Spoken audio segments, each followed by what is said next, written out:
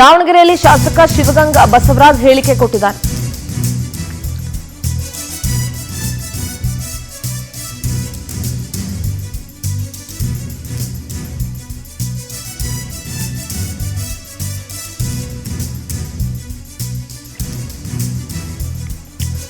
ನಾವು ಕ್ಷೇತ್ರದಲ್ಲಿರೋರು ಯಾವುದೇ ಮಾಹಿತಿ ನಮಗೆ ಬಂದಿಲ್ಲ, ನಾನು ದೆಹಲಿಗೆ ಹೋಗಲ್ಲ, ದೆಹಲಿಗೆ ಹೋದವರನ್ನ ಕೇಳಿ.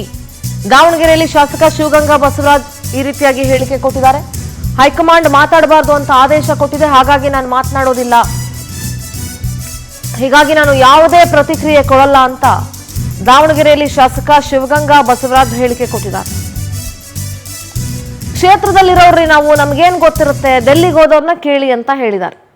ಏನು ಮಾತಾಡಲ್ಲ, ಹೈಕಮಾಂಡ್ ಆರ್ಡರ್ಸ್ ಇದೆ, ಏನು ಮಾತಾಡಂಗಿಲ್ಲ ಶಾಸಕರು, ನಾವೇನು ಮಾತಾಡಲ್ಲ. ಮೊದಲಿಂದ ಕೂಡ ಡಿಕೆಶಿ ಸಿಎಂ ಏನು ಮಾತಾಡಲ್ಲ, ಈ ಟೈಮ್ ಮಾತಾಡೋ ಟೈಮ್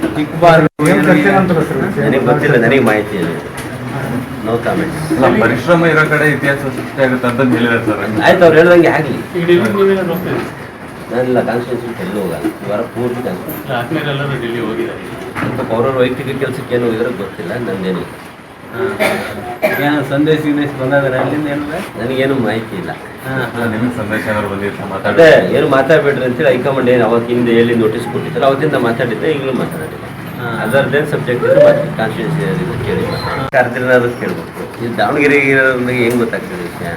ದಯವಿಟ್ಟು ಏನು ಮಾತಾಡಲ್ಲ, ಹೈಕಮಾಂಡ್ ಆರ್ಡರ್ಸ್ ಇದೆ, ಏನು ಮಾತಾಡಂಗಿಲ್ಲ.